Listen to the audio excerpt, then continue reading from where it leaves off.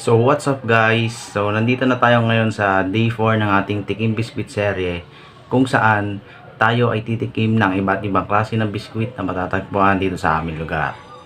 So sa mga hindi ba nakakaalam, so ginagawa natin, try tayo ng biskuit everyday, magkakaiba siya. Then 3 factors lang yung pagre-rate natin. Una, yung sa wrapper, kung wrapper maganda ba yung wrapper. Next, texture ng biskuit, kung maganda ba yung texture ng biskuit. And last, syempre, yung lasa ng biskuit. So, ano pang hinihintay nyo? Let's go! So, para sa day 4 natin, ang napili kong biskuit para i-review at tikman ay ang Combi! So, guys, ito yung napili kong biskuit na matitikman natin ngayong araw, no? So, pang hinihintay nyo, tikman na natin to. So, kung titignan natin guys sa wrapper, maganda naman yung wrapper kahit papano, no? Ganda naman.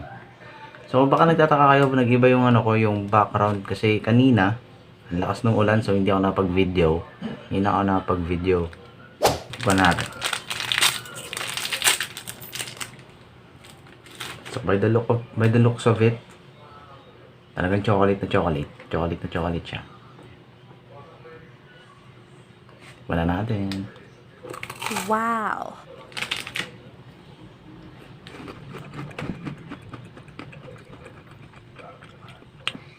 First time ko lang makatikim na ito.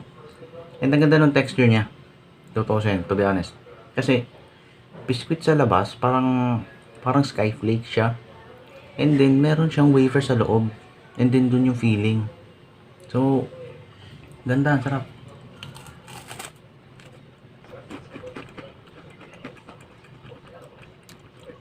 Bukin na natin ito guys, i-rate na natin.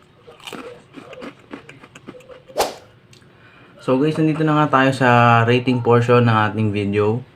So, again, sa wrapper, maganda yung wrapper, kulay blue siya. And then yung text, magkakaiba yung kulay. So, para sa akin, 8 over 10. Next, yung texture. So, nasabi ko kanina, ang ganda ng texture niya kasi nga, hindi ko na-expect na ganun pa yung texture since first time ko na siya talaga tinikman. Para sa akin, 9 over 10. And then, sa lasa, since ang flavor niya ay triple choco, mula dun sa biscuit, dun sa wafer, and then dun sa filling chocolate, sobrang ganda ng pagkakablend, to be honest. Ang rating ko, 9 over 10.